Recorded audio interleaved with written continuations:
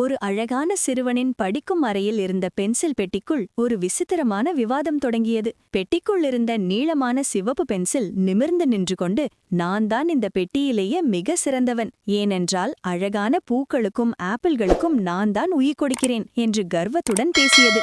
அதை கேட்டு சிரித்த மஞ்சள் பென்சில், இல்லை, பிரகாசமான சூரியனுக்கும் தங்க நிற கதிர்களுக்கும் வண்ணம் தரும் நானே உயர்ந்தவன் என்று வாதிட்டது. இப்படி ஒவ்வொரு வண்ணமும் தங்கள் பெருமையை பேசிக் கொண்டிருக்க, பெட்டியின் மூலையில் ஒரு குட்டி நீல பென்சில் மட்டும் மிகவும் சோகமாக அமர்ந்திருந்தது. அது பல முறை பயன்படுத்தப்பட்டதால் மிகவும் தேய்ந்து பார்ப்பதற்கே மிகச் சிறியதாக காட்சியளித்தது. நான் மிகவும் குள்ளமாக இருக்கிறேன், என்னால் மற்றவர்களைப் போல பெரிய காரியங்களை செய்ய முடியாது என்று அது தன்னைத்தானே நினைத்து வருத்தப்பட்டது. அடுத்த நாள் காலை கவின் என்ற சிறுவன் ஒரு பெரிய ஓவியத்தாளை எடுத்து ஒரு அழகான கடற்கரை காட்சியை வரையத் தொடங்கினான். அவன் மரங்களுக்கு பச்சையும், பூக்களுக்கு சிவப்பும், சூரியனுக்கு மஞ்சளும் தீட்டினான். ஆனால் அந்த ஓவியத்தின் பெரும் பகுதி இன்னும் வெறுமையாகவே இருந்தது. அதுதான் பரந்து விரிந்த வானமும் ஆழமான கடல் நீரும். கவின் தனது பெட்டியில் நீல நிறத்திற்காக தேடியபோது அந்த சிறிய நீல பென்சில் மட்டுமே மிஞ்சியிருந்தது. கவின் அதை அன்போடு எடுத்து மெதுவாக ஓவியத்தில் தீட்டத் தொடங்கினான். அந்த சிறிய பென்சில் தன் முழு பலத்தையும் திரட்டி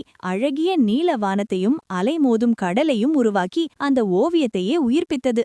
ஓவியம் முடிந்து பார்த்தபோது அது உலகிலேயே மிக அழகான காட்சியாக மாறியிருந்தது. மற்ற எல்லா வண்ணங்களும் வியந்து நின்றன, ஏனெனில் அந்த சிறிய பென்சில் இல்லையென்றால் அந்த ஓவியம் முழுமை பெற்றிருக்காது.